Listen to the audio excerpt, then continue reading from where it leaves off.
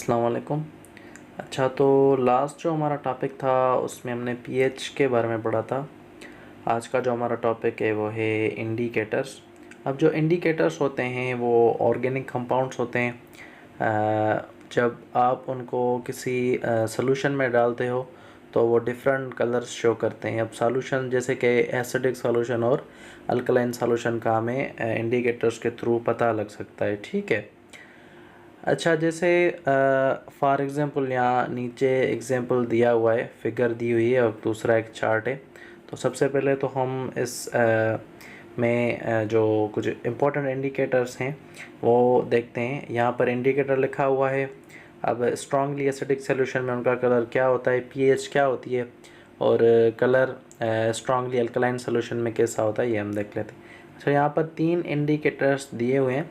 सबसे पहला है हमारा मिथाइलिन ऑरेंज, दूसरा है हमारे पास लिटमस और तीसरा है हमारे पास फिनोल्फ्थैलीन। ठीक है।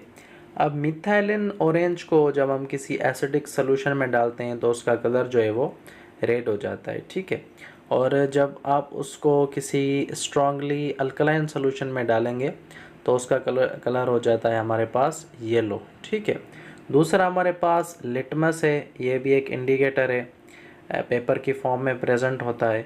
जब इसको हम स्ट्रांगली एसिडिक सॉल्यूशन में डालते हैं तो इसका जो कलर है वो रेड होता है, और इसका जो कलर होता है अल्कलाइन सॉल्यूशन में, स्ट्रांगली अल्कलाइन सॉल्यूशन में, वो ब्लू होता है। और यहाँ पर जो इसकी पीएच चेंज होती है वो होती है 7। ठीक है। और मिथाइलिन ऑरेंज में जब रेड होता है और अल्कलाइन में जब येलो होता है तो इसकी पीएच क्या होती है, 4 होती है। इसी तरह जो तीसरा इंडिकेटर है हमारे पास वो है फिनोल्फ्थैलीन। अब ये जो होता है स्ट्रांगली एसिडिक सॉल्यूशन में कलरलेस होता है, और स्ट्रांगली अल्कलाइन सॉल्यूशन में इसका कलर क्या होता है, रेड होता है। और इसकी जो पीएच होती है चेंज होकर वो कितनी हो जाती है, 9 हो जाती है। उसके बाद ये जो चार्ट है इसमें आप देखें कि कलर्स दिए हुए हैं।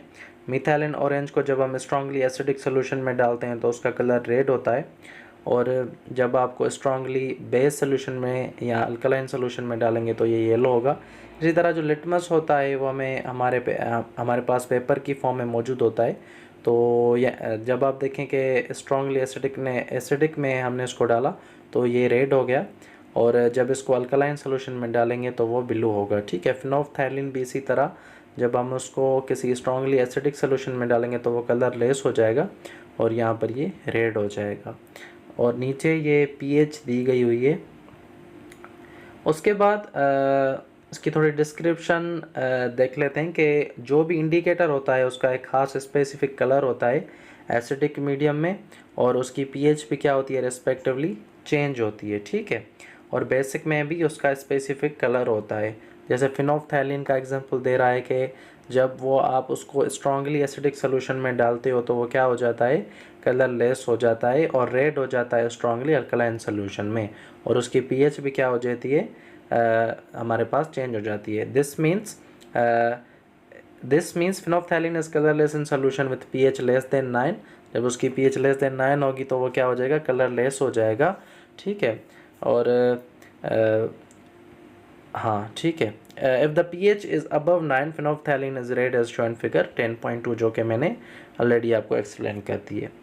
उसके बाद measuring pH of a solution के दो और मेथड्स होते हैं। सबसे पहले तो एक यूनिवर्सल इंडिकेटर होता है।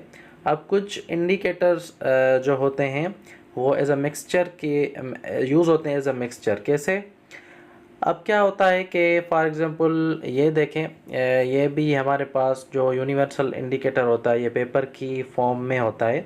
हम क्या करते हैं कि कोई भी सॉल्यूशन है उसको उसमें हम ये डिप कर देते हैं, तो आपको जितने भी ये कलर्स दिख रहे हैं उस हिसाब से हम उसकी पीएच लेते हैं। अगर तो 1 पर आ रहा है तो रेड कलर होगा तो उसकी पीएच उस हिसाब से होगी 1.0, 2.0, 3.0, 4 पॉइंट, ऐसे ही 5, 6, 7 पर क्या होगा, न्यूट्रल होगा। तो उसको हम बोलते हैं यूनिवर्सल इंडिकेटर। ठीक है।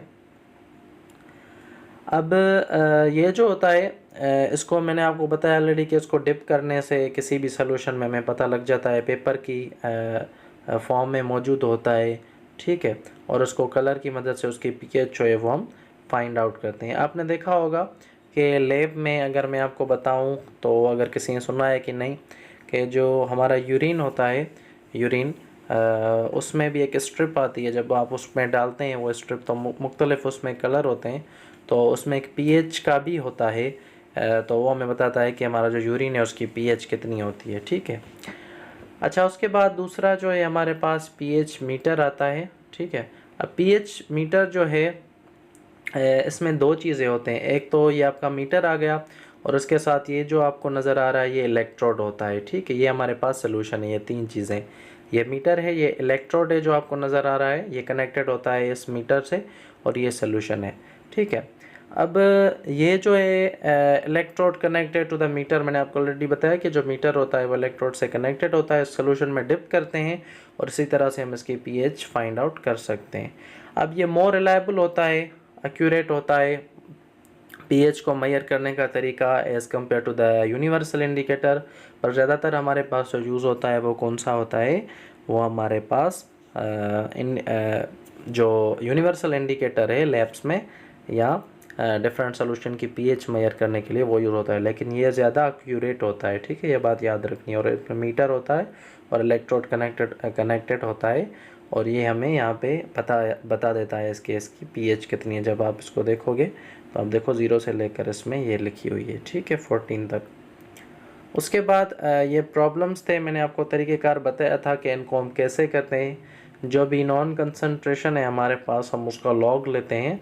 तो लॉग जो है, अब ये क्यों करते हैं कि जितनी भी छोटी फिगर्स हैं या स्टडी पर्पस के लिए उनको मेमोराइज़ करने के लिए हम क्या करते हैं, माइनस लॉग का इस्तेमाल करेंगे, और जब माइनस लॉग हम लगाएंगे तो वो बराबर होता है हमारा पीएच के। ठीक हो गया। तो ये मैंने ऑलरेडी आपको सिखाया था कि हम कैसे निकालते हैं। तो कुछ प्रॉब्लम्स हैं।